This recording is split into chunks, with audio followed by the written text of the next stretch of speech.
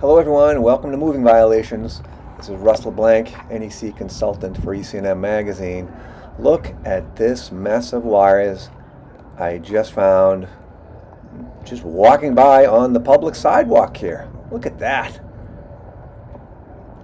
That could be really dangerous. If those wires get energized when it gets dark, that could definitely create a shock hazard. And it's definitely a violation of 410.30b. That handhole is supposed to have a cover, and the wires are supposed to be inside of that pole base. Look at this. Fully accessible to the public, including kids, pets. Boy, if any of those wires have any nicks in them, or especially if it's raining, you imagine that? It's raining out, a dog comes by or a little kid comes by, makes contact with those wires.